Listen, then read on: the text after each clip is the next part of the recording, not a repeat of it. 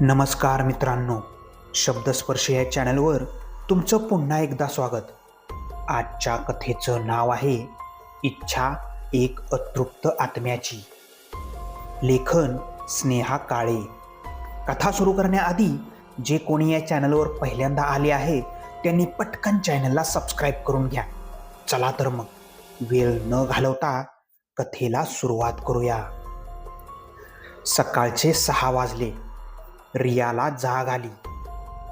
थोडा वेळ अजून पडून राहावंसं वाटत होतं, पण विशालसाठी नाश्ता आणि टिफिनची तयारीही करायची होती. मग ती उठली. अंघोळ वगैरे आटपून देवपूजा करून घेतली. घंटीच्या आवाजाने विशालला जाग आली. तो उठला आणि देवघरात पूजा करत असलेल्या रियाला बघत उभा राहिला. विशाल तिच्याकडे पाहतोय हे तिला जाणवले.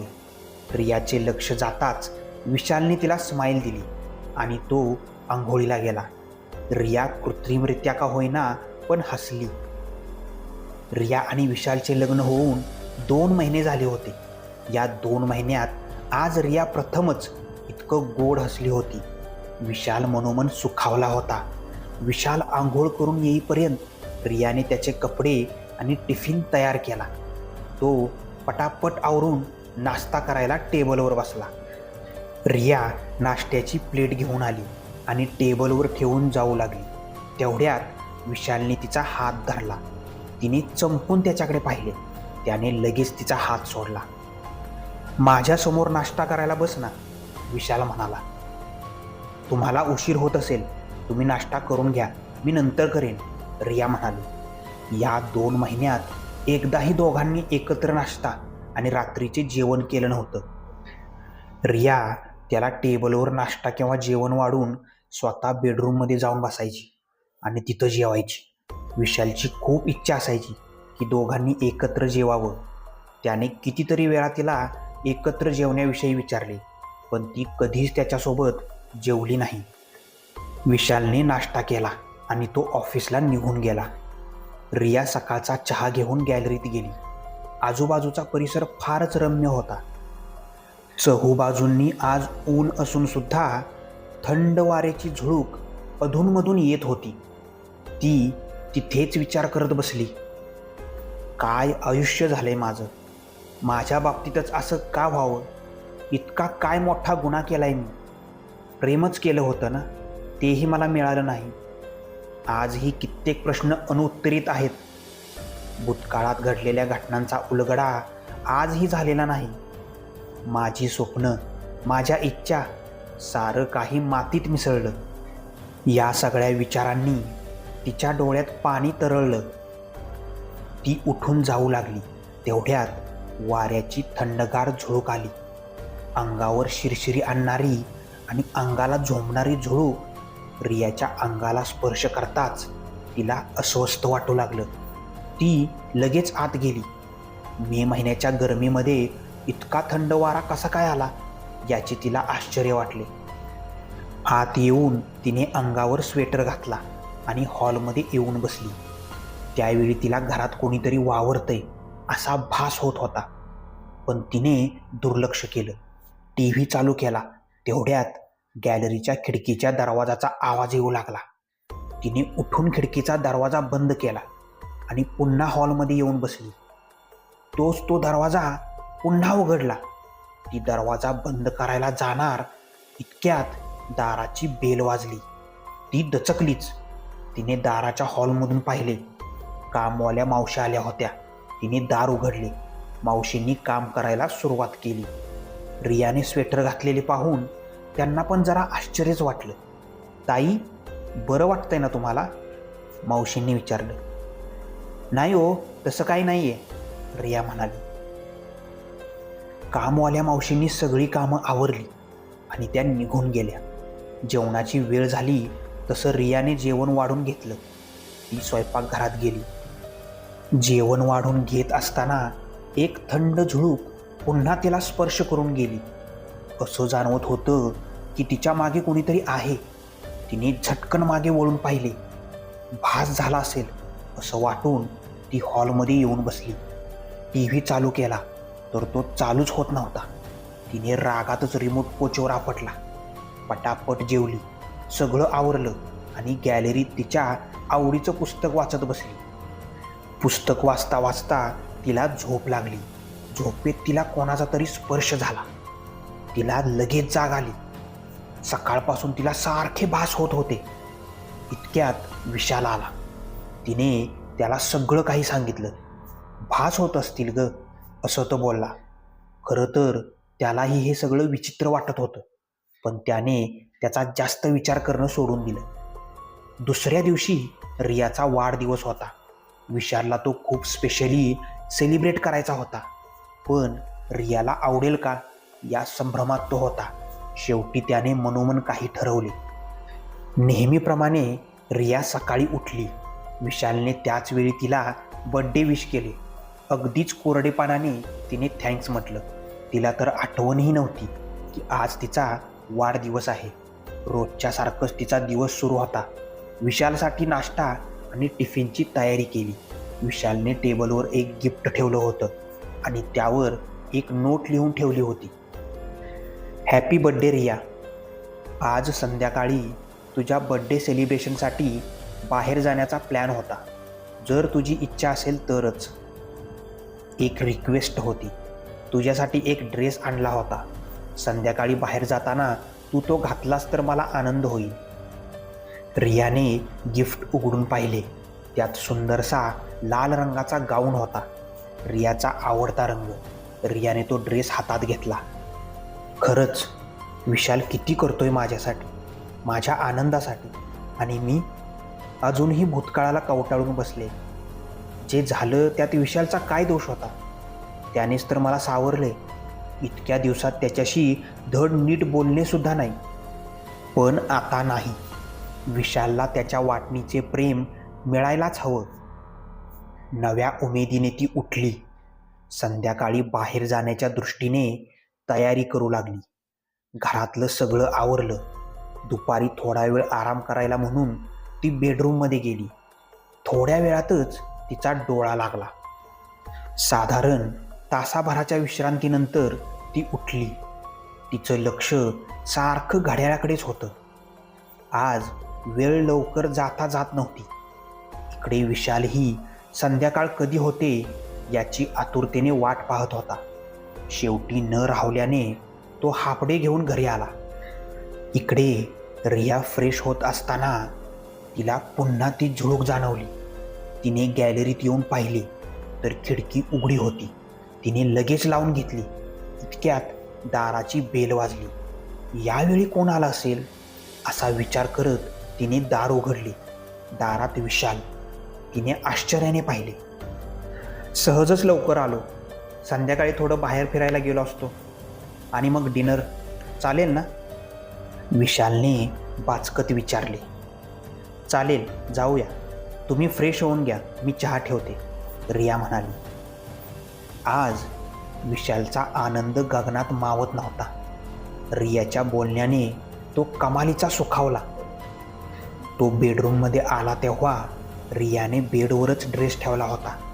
त्यावर मॅचिंग ज्वेलरी पण काढून ठेवली होती. कपडे बदलून तो बाहेर येऊन बसला. रियाने त्याला चहा दिला आणि तिने पण तिथेच बसून चहा घेतला. रियाला शेजारी बसलेलं पाहून विशाल खुश झाला. दोघं बराच वेळ गप्पा मारत बसले. दोघांनाही वेळेचं भान नव्हतं. एव्हाना 7 वाजले होते. रिया उठली आणि तयारी करायला लागली. आत गेल्यावर समोरचे दृश्य पाहून ती जोरात किंचाळली. तिचा आवाज ऐकून विशाल धावत रूममध्ये गेला. आतमध्ये बेडवर ठेवलेला रियाचा ड्रेस जळाला होता. तिच्या दागिन्यांचे तुकडे इतरत्र पसरले होते. हे सगळं पाहून रिया पुरती घाबरली. हे काय होतंय तिला कळत नव्हतं. काही दिवसांपासून होणारे भास आणि आता हे सगळं. तिने विशालला पुन्हा सांगितलं. नक्कीच आपल्या घरात कोणीतरी शक्ती वावरते. विशालचा या गोष्टीवर विश्वास नव्हता, पण तो जे पाहत होता ते खरंच भयानक होतं. आणि जरी दाखवत नसला तरी आतून तोही घाबरला होता. विशालने रियाची समजूत काढत तिला बाहेर नेले. दोघांनी रियाचा बर्थडे सेलिब्रेट केला, पण रियाच्या मनातून ते दृश्य काही केल्या जात नव्हते. दोघंही घरी आले. बऱ्याच दिवसांनी आज रिया थोडीफार आनंदी दिसत होती. विशालचं तिला समजावणं, तिच्यावर प्रेम करणं हे तिला त्याच्याकडे आकर्षित करत होतं. रिया फ्रेश होऊन झोपायला आली. विशाल खिडकीजवळ उभा राहून मोबाईल बघत होता. तेवढ्यात रिया विशालच्या समोर येऊन उभी राहिली. त्याने रियाकडे पाहिलं. आज त्याला रिया वेगळीच भासत होती. तो काही बोलणार तेवढ्यात रियाने विशालला घट्ट मिठी मारली. जे काही घडत आहे ते विशालसाठी अनपेक्षित पण आनंददायी होतं. दोघं बराच वेळ एकमेकांच्या मिठीत विसावले. इतक्या दिवसांचं मळप दूर सारून वैवाहिक जीवनाचे नव्याने सुरुवात करण्याचा रियाने निर्णय घेतला होता. आपल्या जोडीदाराला आपलं सर्वस्व समर्पित करण्यासाठी आसुसलेले दोन जीव आता एक होणार होते. तेवढ्यात विजेचा धक्का लागावा तसे ते दोघे एकमेकांपासून दूर फेकले गेले. हे काय होतंय हे कळायच्या आधीच विशाल अचानक हवेत तरंगायला लागला आणि जोरात जमिनीवर आपटला. विशालच्या डोक्याला जबरदस्त मार लागला होता. डोकं सुन्न झालं. तसंच डोकं पकडून आणि बेडचा आधार घेत तो उठण्याचा प्रयत्न करू लागला. रियाने त्याला हाताला धरून उठवलं. तेवढ्यात रिया लांब फेकली गेली आणि विशालचं डोकं भिंतीवर 4-5 वेळा आपटलं गेलं. रियाकडे हतबल होऊन बघण्याशिवाय काहीच पर्याय नव्हता. विशालच्या डोक्यातून रक्त वाहत होतं. तो बेशुद्ध झाला. रिया हे पाहून जोरजोरात ओरडण्याचा प्रयत्न करू लागली, पण काही केल्या तिचा आवाज फुटत नव्हता. मोठ्या प्रयत्नाने तिने शेजारच्या काका काकूंना बोलावलं. ते आले तेव्हा विशाल रक्तबंबाळ अवस्थेत जमिनीवर पडला होता. सर्वांनी ताबडतोब त्याला दवाखान्यात नेलं. रियाला कळत नव्हतं की डॉक्टरांना काय सांगायचं, कारण जे काही घडलं होतं ते बुद्धीच्या पलीकडचं होतं. कोणी तिच्यावर विश्वास ठेवला नसता. तिने वेळ मारून देण्यासाठी विशालचा पाय घसरून तो पडला असं डॉक्टरांना सांगितलं. लगेच त्याचे उपचार सुरू झाले. साधारण आठवड्याभराने विशाल घरी आला. रियाने रात्रंदिवस त्याची सेवा केली. त्या रात्री जे काही घडलं ते गूढच होतं. ती काळी रात्र विसरून जाण्याचा प्रयत्न करूनही शक्य होत नव्हतं. विशाल घरी आला त्या रात्री त्याला झोप लागत नव्हती. तो प्रसंग सतत डोळ्यासमोर येत होता. तो पुरता घाबरला होता. कोणीतरी अज्ञात शक्ती त्याचा जीव घेण्याचा प्रयत्न करत आहे याची त्याला खात्री पटली होती. रियालाही पुन्हा तिला होणाऱ्या भासाची आठवण झाली. बऱ्याच वेळाने तिला आणि विशालला झोप लागली. मध्यरात्र झाली होती. तेवढ्यात विशालला अस्वस्थ वाटू लागलं. त्याचा श्वास कोंडला जात होता. त्याच्या छातीवर दाब जाणवत होता. त्याचा गळा कोणीतरी दाबत असल्याचा त्याला भास होत होता. त्याला ओरडता सुद्धा येत नव्हतं. कुणीतरी हातपाय घट्ट बांधून ठेवल्याप्रमाणे वाटत होतं. त्याला हालचाल करता येत नव्हती. तो संपूर्ण ताकदीनिशी बेड हलवून रियाला उठवण्याचा प्रयत्न करत होता. रिया शेजारीच होती, पण कूस वळवून झोपली होती म्हणून तिला काहीच कळलं नाही. बऱ्याच वेळानंतर रियाला जाग आली. घामाघूम झालेल्या विशालची अवस्था पाहून ती घाबरून ओरडलीच, रडू लागली. काही वेळाने सर्व काही शांत झालं. बराच वेळ चाललेल्या झटापटीनंतर विशालला खूप थकवा जाणवत होता. रियाने त्याला उठवलं, पाणी दिलं.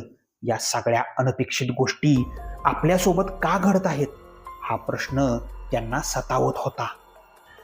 दुसऱ्या दिवशी सकाळी शेजारचे काका काकू विशालची विचारपूस करायला आले. त्यांनी त्याची अवस्था पाहून नक्की काय घडलं हे विचारलं. पहिल्यांदा काहीही सांगण्यास टाळाटाळ करणाऱ्या रियाने सगळं सुरुवातीपासून सांगण्यास सुरुवात केली. हा काय प्रकार आहे हे काकांच्या लक्षात आले. रिया बेटा, मला हे साधं प्रकरण वाटत नाहीये. ह्या घरात नक्कीच कोणत्या तरी अज्ञात शक्तीचा शिरकाव झाला आहे. आमच्या ओळखीचे एक सत्पुरुष आहेत. आम्ही वरचेवर त्यांचा सल्ला घेत असतो. खूप ज्ञानी आहेत. त्यांना आम्ही गुरुजी म्हणतो. आपण एकदा त्यांच्या कानावर या गोष्टी घालूया. देवाच्या कृपेने नक्कीच यामध्ये काहीतरी मार्ग निघेल, काका बोलले. धन्यवाद काका, तुम्ही आहात म्हणून आम्हाला आधार आहे.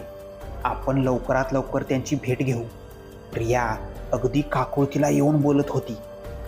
त्यांना आधी सांगावं लागेल. त्यांच्या ध्यानाला बसायच्या वेळा असतात, त्या दरम्यान त्यांना भेटता येणार नाही आपल्याला. तू काळजी करू नकोस, मी त्यांच्याशी बोलून भेटण्याची वेळ निश्चित करून घेतो, काका म्हणाले. रियाला आशेचा किरण दिसला. त्याच दिवशी काकांनी गुरुजींना फोन लावला. गुरुजींना सगळी परिस्थिती सांगितली. गुरुजी गावी असून 2-4 दिवसांनी येणार असल्याचे कळले. तोपर्यंत त्यांना त्यांच्या घरी जाऊन अंगारा घेण्यास सांगितलं आणि जेव्हा विशालला त्रास होईल तेव्हा त्याला लावण्यास सांगितला. त्याप्रमाणे काका रिया आणि विशालला घेऊन गुरुजींच्या घरी गेले. त्यांच्या पत्नीने त्यांना अंगारा दिला. रिया चिंतित होती. या 2-4 दिवसात अजून काय काय पाहावं लागणार आहे या विचाराने तिचा थरकाप उडाला. हळूहळू विशालच्या तब्येतीत सुधारणा होऊ लागली, पण त्याने अजूनही ऑफिसला जाण्यास सुरुवात केली नव्हती. त्या दिवशी रिया अंघोळ करून आली आणि कपडे बदलण्यासाठी बेडरूममध्ये गेली. नुकतीच न्हाऊन आलेल्या रियाचा सुगंध रूममध्ये पसरला होता. तिचे मोकळे केस, नितळ त्वचा पाहून विशाल मोहित झाला. तिला मिठीत घेण्यास आतुरलेला होता. तसंच तो उठला आणि रियाला बाहुपाशात घेतले. रिया पण त्याच्या मिठीत विसावली. तेवढ्यात गॅलरीच्या खिडकीचा जोरदार आवाज झाला आणि खिडकी आपटू लागली. इतकी आपटत होती की तिच्या काचा तुटल्या. ते दोघे दचकले. विशालने खिडकी बंद करून घेतली. रियाला आधीचे प्रसंग आठवू लागले. ती खूपच घाबरली होती. विशालने तिला पुन्हा जवळ घेतले, पण तिची मनस्थिती ठीक वाटत नव्हती. काही वेळाने रियाने नाश्ता बनवला. दोघांनी नाश्ता केला. विशालने औषधं घेतली आणि तो विश्रांती घेण्यासाठी रूममध्ये गेला. रिया स्वयंपाकाला लागली. तिने सगळे पदार्थ विशालच्या आवडीचे बनवले होते. सगळं उरकून ती बेडरूममध्ये आली. विशाल तिथे नव्हता. तिच्या काळजात धस्स झालं. तिने इकडे तिकडे पाहिलं. तो गॅलरीत उभा होता. एक उसासा टाकून ती गॅलरीत गेली. बरं वाटतंय का आता? रियाने काळजीने विचारले. हो हो, आय एम परफेक्ट, विशाल हसून म्हणाला. रियाला आपली काळजी वाटते याची त्याला जाणीव झाली आणि तो खुश झाला. रिया, तू काळजी करू नकोस, आपण आहोत ना एकमेकांसोबत, विशालने असे म्हणून रियाला मिठीत घेतलं. तेवढ्यात रियाने पटकन स्वतःला विशालच्या मिठीतून सोडवलं आणि जेवणाची वेळ झाली असे म्हणून ती घरात गेली. दुपारी दोघांनी एकत्र जेवण घेतलं. सगळं आवरून रिया रूममध्ये आली आणि पुस्तक वाचत बेडवर पडून राहिली. विशाल पण तिच्या शेजारीच पडून मोबाईल बघत होता. पुस्तक वाचता वाचता रियाला झोप लागली. विशाल अजूनही जागाच होता. झोपलेल्या रियाला बघत राहिला. तिच्या अंगावर पांघरून घातलं आणि तो गॅलरीत गेला. बाहेरचं वातावरण काही अस्वस्थ करणारं वाटत होतं. आजूबाजूची झाडं झुडपं, त्यांची सळसळणारी पाने, दुपार असून सुद्धा गार वारा सुटला होता. तेवढ्यात अचानक त्याला एक काळी आकृती दिसली आणि एक हवेचा झोत त्याच्या अंगावरून गेला. तो झोत एवढा प्रचंड वेगाने आला की विशाल 2 पावलं मागे सरकला. त्या आकृतीने त्याच्या शरीरात प्रवेश मिळवला आणि विशाल धाडकन खाली कोसळला. त्या आवाजाने रियाला जाग आली. शेजारी विशाल नव्हता. ती उठून विशालला शोधू लागली, तर विशाल गॅलरीत पडला होता. तर रियाने त्याला उठवण्याचा प्रयत्न केला.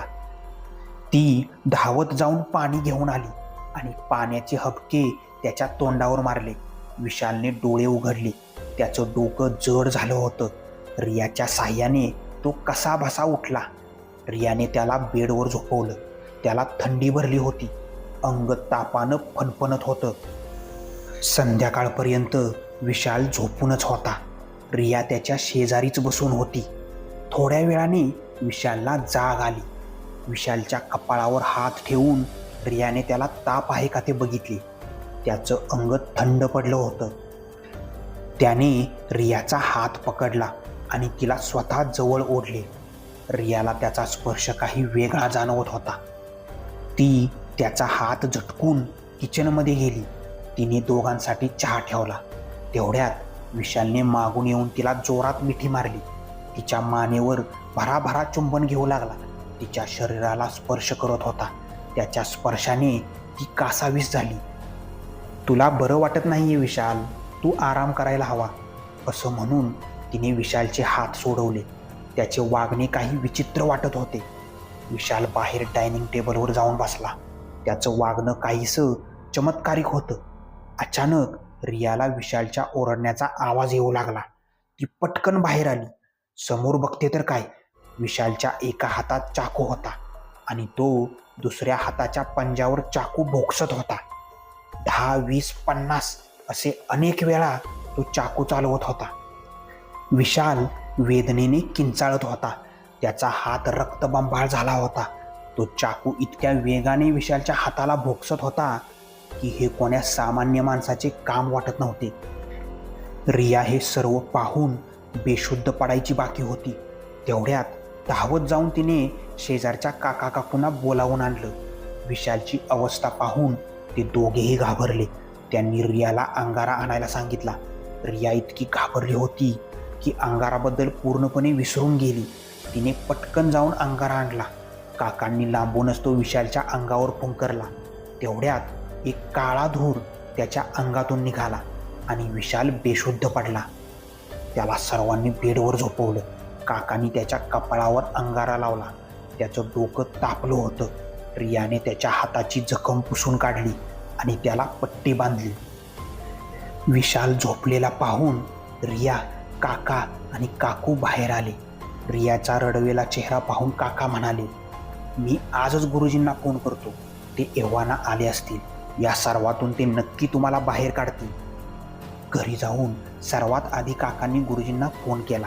ते नुकतेच घरी आले होते. काकांनी गुरुजींना आज घडलेला सगळा प्रकार सांगितला. गुरुजींनी उद्या येणार असल्याचे सांगितले. गुरुजी उद्या येणार आहेत. त्यांनी एक निरोप सांगितला आहे. तो असा की गुरुजी येण्याआधी दोघांनी अंघोळ आवरून एकत्रित देवपूजा करून घ्या आणि घरात सर्वत्र गोमूत्र शिंपडून घराची शुद्धी करून घ्या, काका म्हणाले. पण काका माझ्याकडे गोमूत्र नाहीये, रिया म्हणाली. अच्छा, मग असं कर, एका वाटीत पाणी घे, त्यात अंगारा टाक आणि तुळशीच्या पानाने सर्व घरात शिंपड. थोडं विशालच्या डोक्यावरही शिंपड, काका म्हणाले. रात्री अचानक विशालला जाग आली. शेजारी रिया झोपली होती. विशालची नजर तिच्या कमनीय बांध्यावरून फिरू लागली. विशालचा स्पर्श होताच रियाला जाग आली. ती काहीशी घाबरून विशालकडे बघत होती. एखाद्या श्वापदावर तुटून पडावे तसा तो तिच्यावर तुटून पडला. रियाला सकाळी लवकरच जाग आली. तिचे संपूर्ण शरीर ठणकत होतं. रात्रीचा विशालचा स्पर्श आठवून तिला कसं तरी होऊ लागलं. तिच्या शरीरावर त्याच्या स्पर्शाचे ठसे उमटले होते. विशाल अजूनही झोपला होता. तिने त्याला उठवण्याचा प्रयत्न केला, पण तो उठलाच नाही. गुरुजी येणार म्हणून ती पटकन उठून आंघोळीला गेली. सकाळी ठरल्याप्रमाणे गुरुजी लवकरच काकांकडे आले. काका आणि काकू त्यांना घेऊन रियाच्या घरी आले. रिया घराची शुद्धी करत होती. विशाल आंघोळीला गेला होता. तो उशिरा उठला म्हणून रियाने एकटीनेच देवपूजा करून घेतली. गुरुजींना घरात शिरताक्षणी घरातल्या नकारात्मक शक्तीची जाणीव झाली. गुरुजी आणि काकांना सोफ्यावर बसायला सांगून रिया दोघांसाठी पाणी घ्यायला आत गेली. तेवढ्यात विशाल बाहेर आला. काकांनी त्याच्या तब्येतीची विचारपूस केली. रिया पाणी घेऊन आली. काका रियाशी बोलत असताना गुरुजींची नजर मात्र विशालवर होती. तो गप्प होता. आल्यापासून गप्प बसलेले गुरुजी विशालला म्हणाले, कशाला त्रास देतोस त्याला? विशालला असे विचारताच तो रागाने गुरुजींकडे बघू लागला. त्याची नजर पूर्ण बदलली होती. डोळे रक्ताळल्यासारखे दिसत होते, लाल. तो आता दात ओठ खाऊ लागला. त्याचा आवाजही बदलला. मारून टाकणार, मारून टाकणार, जिवंत नाही सोडणार, असं म्हणून विशाल जोर जोरात हसू लागला, ओरडू लागला. डोकं आणि हात भिंतीला आपटू लागला. आधीच जखम झालेल्या हातातून पुन्हा रक्त वाहू लागलं. अचानक विशाल गुरुजींच्या अंगावर धावून जाऊ लागला. तेवढ्यात गुरुजींनी आपल्या झोळीमधून अंगारा काढला आणि मंत्र म्हणत विशालावर फुंकरला. आगीचा चटका बसावा तसा विशालच्या अंगाची लाही लाही होऊ लागली आणि तो खाली कोसळला. त्याला उठवून भिंतीवर टेकवून बसवलं आणि त्याच्या डोक्यावर हात ठेवून मंत्र म्हणत होते. काही वेळाने विशालने डोळे उघडले. सर्वांनी त्याला आत नेऊन झोपवले. गुरुजींनी त्याला अंगारा मिश्रित पाणी प्यायला दिले आणि आराम करायला सांगितलं. विशालच्या वागण्यावरून गुरुजींना सर्व परिस्थिती लक्षात आली. गुरुजींनी रियाला सांगितले, एका आत्म्याने विशालच्या शरीराचा ताबा घेतला आहे आणि तो अतृप्त असल्याने त्याची काहीतरी इच्छा नक्कीच आहे. आपल्याला त्याची ती इच्छा जाणून घ्यावी लागेल. आता तात्पुरता जरी तो आत्मा गेला असला तरी तो पुन्हा विशालला त्रास नक्की देणार. विशालच्या जीवालाही धोका आहे. तसे जीव घेणे प्रसंग आधी बरेच झाले आहेत असं मला कळले आहे. आत्म्याचे म्हणणे ऐकल्याशिवाय मला काहीच उपाय करता येणार नाही. तोपर्यंत विशालची काळजी घ्यावी लागेल. एवढं सांगून गुरुजींनी घरात आणि विशालच्या रूममध्ये काही वस्तू ठेवून 2 दिवसांनी येणार असल्याचे सांगून ते निघून गेले. रियाने तिच्या भावाला म्हणजेच अमेयला आणि विशालच्या भावाला निशांतला बोलावून घेतलं, कारण विशालला सांभाळणे तिला एकटीला शक्य नव्हतं. तिच्या नकळत काहीही घडू शकत होतं. विशालच्या शरीरातील आत्म्यापासून विशालचे रक्षण करणे गरजेचे होते. गुरुजी येऊन गेल्यापासून त्या आत्म्याला त्रास होऊ लागला होता. 2 दिवस आणि 2 रात्री त्याने विशालला खूप त्रास दिला. विशाल रूमच्या बाहेर येत नव्हता. फक्त विचित्र आवाज येत होते. त्याची प्रकृती खूपच खालावली होती. ठरल्याप्रमाणे 2 दिवसांनी गुरुजी आपले काही सहकारी आणि सर्व साहित्य घेऊन घरी आले. रिया, अमेय, निशांत आणि काका काकू गुरुजींची आतुरतेने वाट पाहत होते. ते आले तेव्हा विशाल रूमचं दार लावून आतच बसला होता. त्याला हाक मारताच तो म्हणाला, कशाला आलास परत इकडे? जा, चालता हो इथून. मला विशालशी बोलायचं आहे, तुझ्याशी नाही, गुरुजी म्हणाले. विशाल दार उघडून बाहेर आला आणि गुरुजींच्या अंगावर धावून गेला. तसा तो लांब फेकला गेला आणि बेशुद्ध झाला. थोड्या वेळाने तो शुद्धीवर आला. त्याला अंगारा लावला. त्याच्या डोक्यावर हात ठेवून मंत्र म्हटले. तेव्हा त्याला थोडं हलकं वाटलं. अमेय आणि निशांतकडे पाहून त्याला बरं वाटलं. गुरुजींनी विशालशी बोलायला सुरुवात केली. बरं वाटतंय का आता? गुरुजींनी विचारलं. हो, थोडं बरं आहे, विशाल म्हणाला. मला सांग, काय जाणवतं तुला नक्की? गुरुजींनी विचारलं. अहो, 15 ते 20 दिवस झाले. माझं शरीर जड जड वाटतंय मला. जणू काही ओझं ठेवलं आहे. माझ्या तोंडून कोणीतरी दुसरंच बोलतंय असं जाणवतंय मला. आणि मला ते कळतंयही, पण मी ते थांबवू शकत नाही. मला कोणीतरी इजा पोहोचवू पाहतंय. माझा जीव घेऊ पाहतंय. गुरुजी, मला हे काय होतंय मला काहीच कळत नाही. कृपा करा माझ्यावर. गुरुजी, मला वाचवा. विशालला रडू फुटलं. अरे, आपल्याला मदत करणारा, वाचवणारा तो परमेश्वर आहे. त्याच्यावर श्रद्धा ठेव. सारं काही नीट होईल. तुला थोडा वेळ त्रास सहन करावा लागेल बाळा. आपण नक्कीच मार्ग काढू. उद्या आपण एक पूजाविधी करू. त्यासाठी काही सामान लागेल. माझ्याजवळचे सामान मी येताना घेऊन येईन, असे म्हणून गुरुजींनी रियाला एक यादी दिली आणि विशालला व घरातल्या सर्वांना अभिमंत्रित धागा दिला आणि हातात बांधायला सांगितला. दुसऱ्या दिवशी सकाळी लवकर येणार असल्याचे सांगून गुरुजी निघून गेले. त्या रात्री विशालच्या हातातील धाग्यामुळे आत्म्याला विशालच्या शरीराच्या आसपासही येता आलं नाही.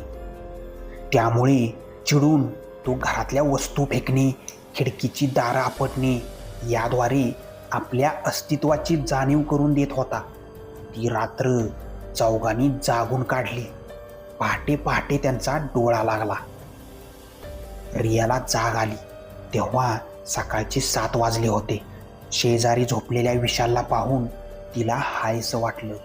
आज बऱ्याच दिवसांनी विशालला शांत झोप लागली होती. तिने मनोमन परमेश्वराचे आणि तिला मदत करणाऱ्या सर्वांचे आभार मानले. गुरुजी लवकरच येणार होते म्हणून अमे आणि निशांतला उठवून ती आवरायला गेली. सकाळी 8 वाजता गुरुजी त्यांच्या सहकाऱ्यांसह घरी आले. विशाल अजून झोपला होता. रियाने त्याला उठवलं आणि पटकन आवरून यायला सांगितलं.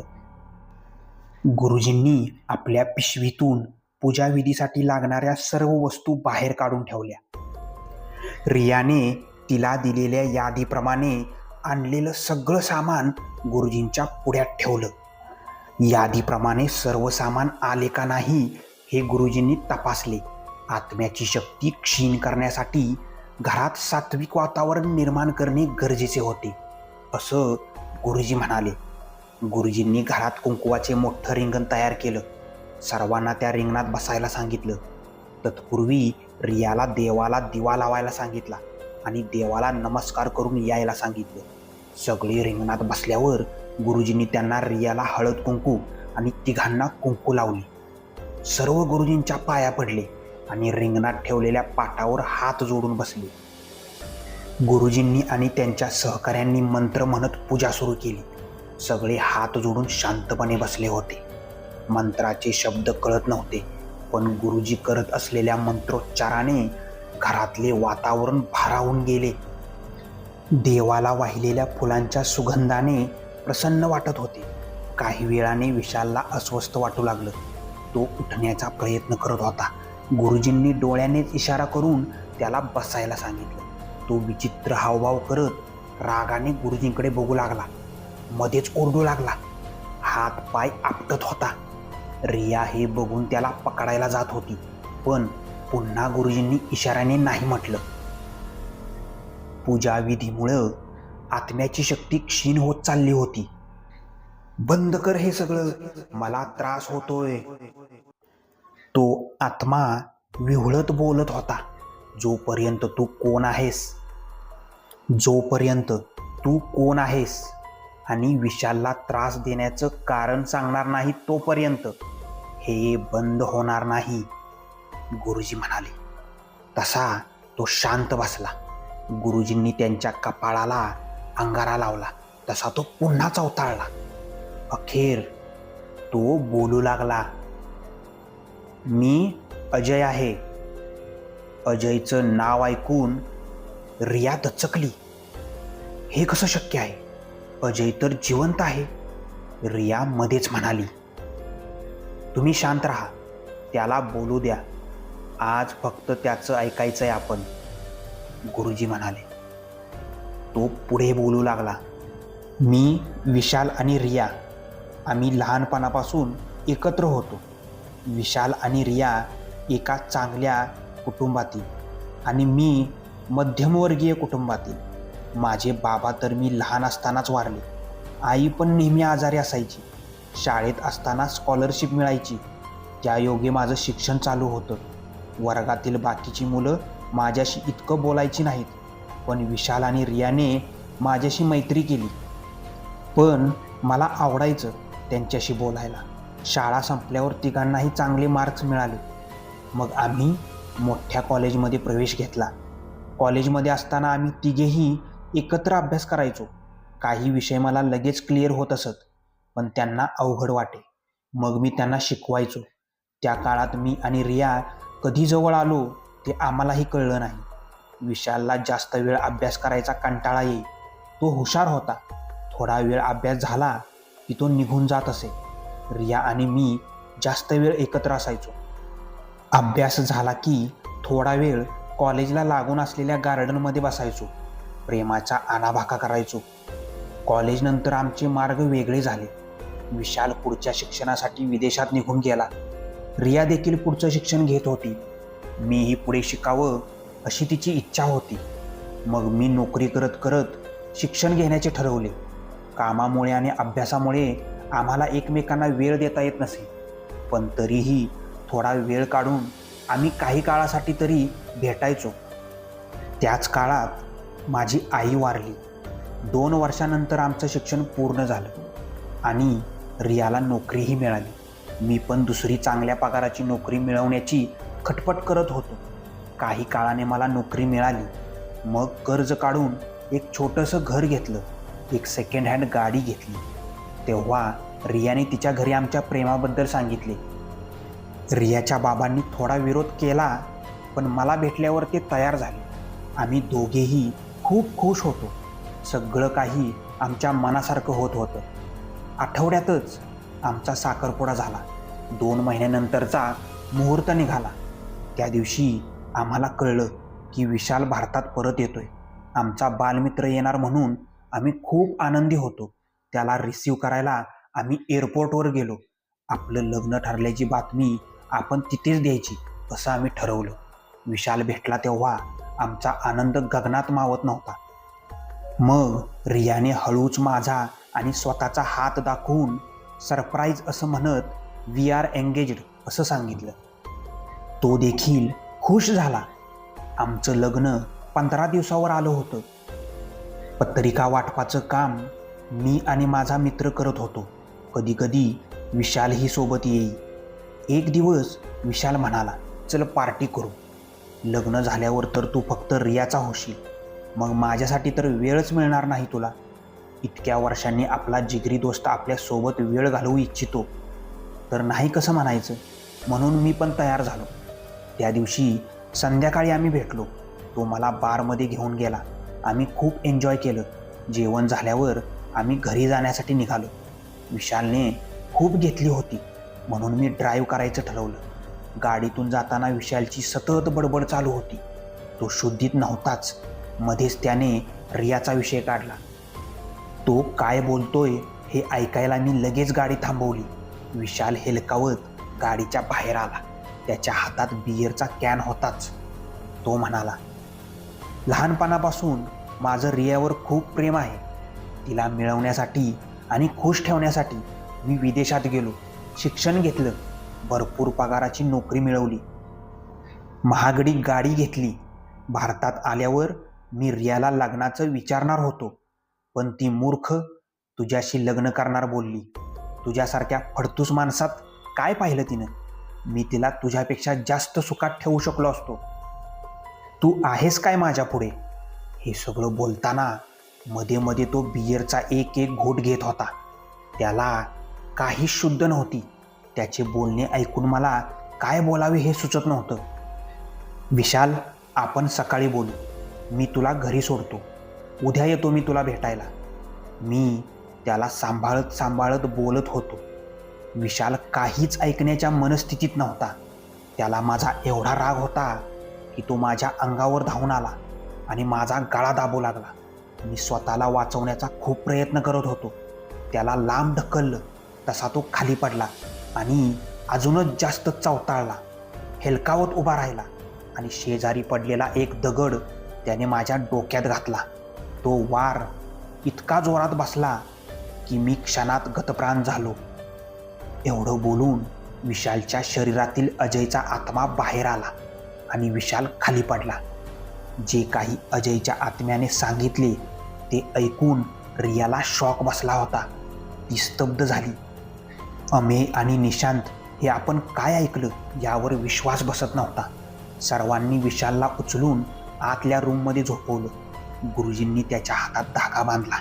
आत्म्याशी संवाद झाल्यावर अर्ध काम झालं होतं, पण अजूनही त्याची इच्छा जाणून घेणे आणि त्या आत्म्याला मुक्ती देणे बाकी होते. काही वेळाने विशालला जाग आली. त्याच्या तोंडून अजय बोलत होता, तरी त्याला सगळं कळत होतं.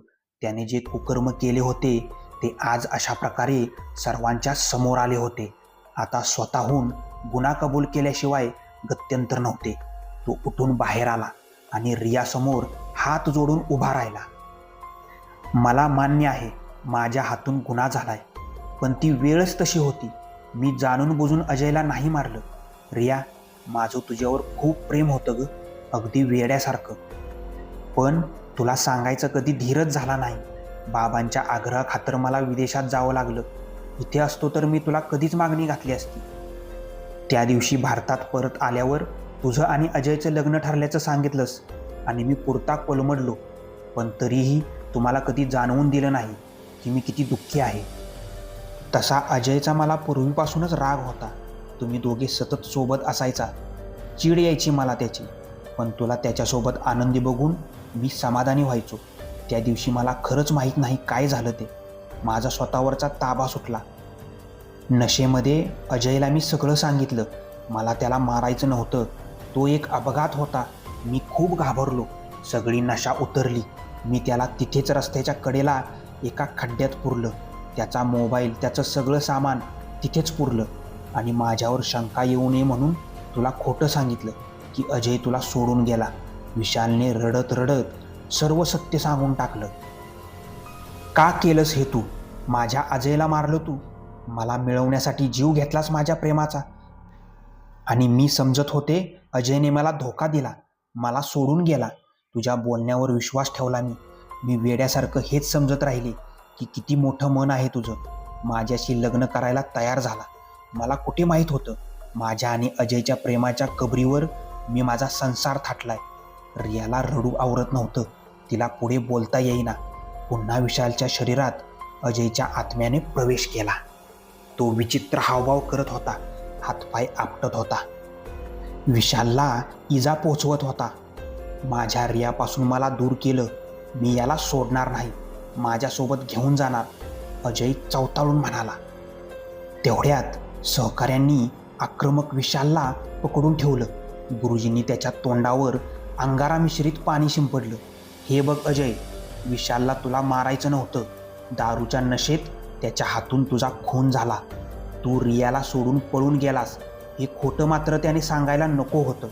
मला वाटते की रियाला सत्य कळावे आणि विशालने त्याचा गुन्हा सगळ्यांसमोर कबूल करावा हीच तुझी इच्छा होती आणि विशालने ते कबूल केलं आहे.